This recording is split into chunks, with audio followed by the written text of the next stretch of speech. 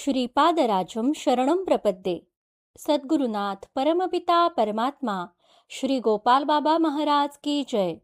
श्रीपाद श्रीवल्लभ स्वामी लेखमाला, लेखक क्रमांक 126. श्रीपाद श्रीवल्लभ कृपा प्रणाली. प्रणाली म्हणजे सिस्टीम, कार्यपद्धती. एके दिवशी श्रीपादांसमोर वेदपठण केल्यानंतर शिवशर्मा उदासपणे उभे होते. त्यांच्या मनातले भाव जाणून श्रीपाद मंद स्मित करीत म्हणाले, शिवशर्मा, इतर गोष्टी विसरून निरंतर माझेच ध्यान करणाऱ्याचा मी गुलाम असतो. तुझी व्यथा व इच्छा मला सांग. इथं न कळतपणे श्रीपाद श्रीवल्लभ त्यांची करुणा कुणासाठी कशी जागृत होते व नंतर त्यांची कृपा कशी होते हेच सांगत आहेत. श्रीपाद सांगतात की मी त्यांचा गुलाम आहे. कुणाचा? तर इतर गोष्टी विसरून निरंतर माझेच ध्यान करणाऱ्याचा. यातून श्रीपाद असे सांगतात, यातून श्रीपाद हे सांगतात की तुम्ही माझी निरंतर भक्ती, निरंतर ध्यान करताना तुमच्या इतर गोष्टी विसरून जा. समरसून माझी भक्ती करा. अमुक एक इच्छा पूर्ण होण्यासाठी, एखादं काम होण्यासाठी, एखाद्या संकटातून मुक्त होण्यासाठी माझी भक्ती करू नका. शुद्ध अंतःकरणाने माझी शुद्ध भक्ती करा. माझ्यासाठी तुम्ही तुमचं सर्व काही विसरा, तर मी तुम्हाला सर्व काही विसरायला लावेल. कारण तुमचं सर्व काही मी पूर्ण करेल. कसं? तर तुमचा गुलाम होऊन.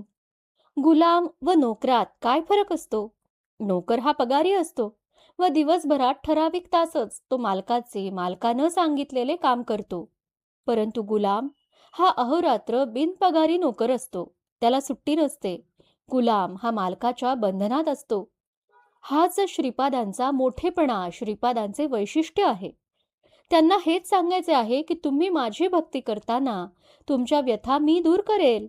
श्रीपाद शिवशर्मांना विचारतात की तुझी व्यथा व इच्छा मला सांग. वास्तविक एका गुरुपौर्णिमेच्या पहाटे श्रीपादांनी दिलेल्या दृष्टांतानुसार जेव्हा श्रीपादांचे कुरवपूर म्हणजे कुरगड्डीच्या अग्रहारात आगमन झाले, तेव्हा यवनी जाचाच्या भीतीने तेथील वेदज्ञ कुरगुड्डी सोडून इतरत्र निघाले होते. श्रीपादांचे अग्रहारात पाऊल पडले तेव्हा सर्व वेदज्ञांनी वेदघोषात श्रीपादांना स्थान देऊन बसवले व त्यांना स्वतःकडील असलेले वस्त्र सन्मान म्हणून देऊन वेदज्ञ कुटुंबांनी तत्काळ कुरगुड्डी अग्रहार सोडले. कारण यवनी आक्रमणामुळे त्यांची घरे, वस्ती, वसाहत उद्ध्वस्त झाली होती. श्रीपाद उठून या उद्ध्वस्त झालेल्या घरांच्या पडक्या भिंतीवर जाऊन बसले. तेथील परिस्थिती पाहून श्रीपाद खिन्न होते. फक्त एकच वेदज्ञ मागे राहिले, ते म्हणजे शिवशर्मा, त्यांची पत्नी अंबिका व त्यांचा गतिमंद मुलगा. वरवर पाहता शिवशर्मा मुलाच्या कारणामुळे तेथे राहिले, परंतु ते तिघांचं मागे राहणं ही श्रीपादांची लीला होती. कारण श्रीपाद भुलले होते शिवशर्मांच्या भक्तीला. शिवशर्मा प्राप्त परिस्थितीतून उदास होऊन दररोज अंतःकरणातून न पाहिलेल्या श्रीमन नारायणाला भजत होते, साद घालत होते. त्यात ते इतके तल्लीन होत की ते स्वतःच्या व्यथा विसरून जात. श्रीपादांनी तुझी काय व्यथा व काय इच्छा आहे हे विचारल्यावर शिवशर्मा म्हणाले की स्वामी, माझा मुलगा माझ्याही पेक्षा महान पंडित व विद्वान होईल अशी माझी अपेक्षा होती.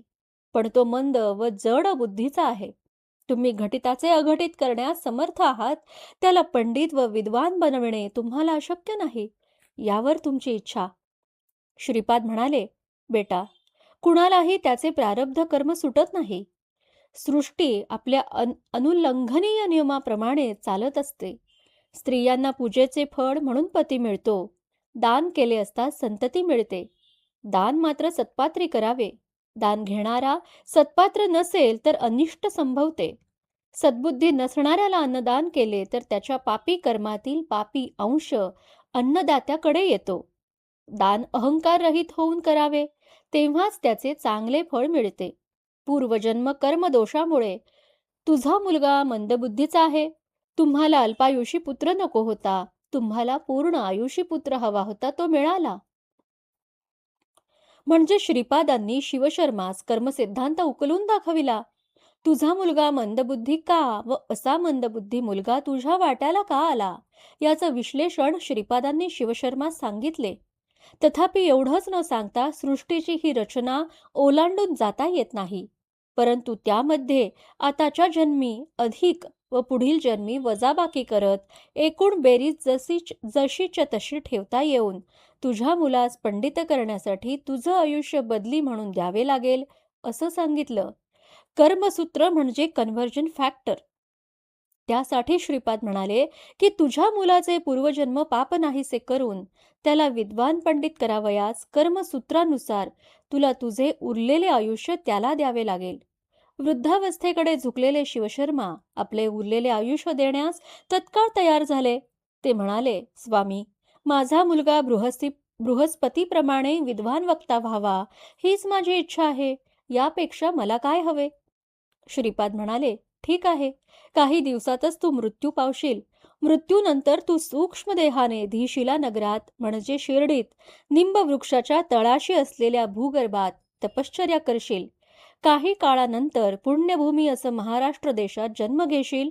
मात्र ही गोष्ट तू तुझ्या पत्नीला देखील सांगू नकोस. शिवशर्मांची भक्ती व आज्ञाधारकता पाहून श्रीपादांनी शिवशर्मांच्या पुढच्या जन्माची सोय तर केलीच, पण नंतर शिवशर्मांच्या पत्नीला शनिप्रदोष व्रत करायला सांगत तिच्या मुलाला वेदज्ञ पंडित केले व तिला पुढचा जन्म श्री गुरु नरसिंह सरस्वती स्वामी महाराजांची आई म्हणून दिला व स्वतःचा पुढील अवतार तिच्या पोटी घेतला व तिला त्या जन्मात या जन्मातील कुरवपूरची स्मृती देखील देत श्रीपाद श्रीवल्लभ रूपात दर्शन दिले. धन्य धन्य आहेस श्रीपाद श्रीवल्लभ, धन्य धन्य आहेत श्रीपाद श्रीवल्लभ व त्यांचे अनन्य भक्त. हिराचंद गोपालचंद कोठारे. दिगंबरा दिगंबरा श्रीपाद वल्लभ दिगंबरा.